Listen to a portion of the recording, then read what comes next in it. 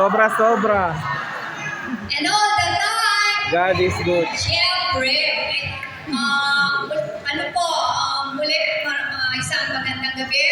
At ano po, kami po ay lubos na nagpapasalamat sa inyong lahat, sa lahat ng suporta na ibinibigay po ninyo dito sa ating kapilya sa Divine Mercy Chapel. No? So sana po, patuloy po tayo tumulong. Tama ba yun? Sa pagsuporta po.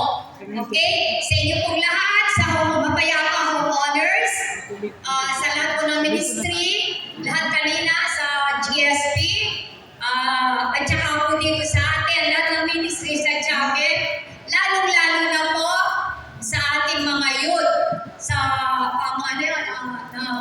pinangungunahan ni Ate MJ. Lahat po yan, sila po nag-arrange yan. Maraming salamat. Siyempre, mga tulong, Kuya Mark, yung kasama niya kanina.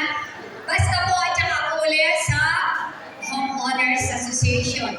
Sa aming spiritual director, Brother Tony Tan, sa ating chapel coordinator, Sister May Tan, at sa ating lahat, muli po, maraming salamat po.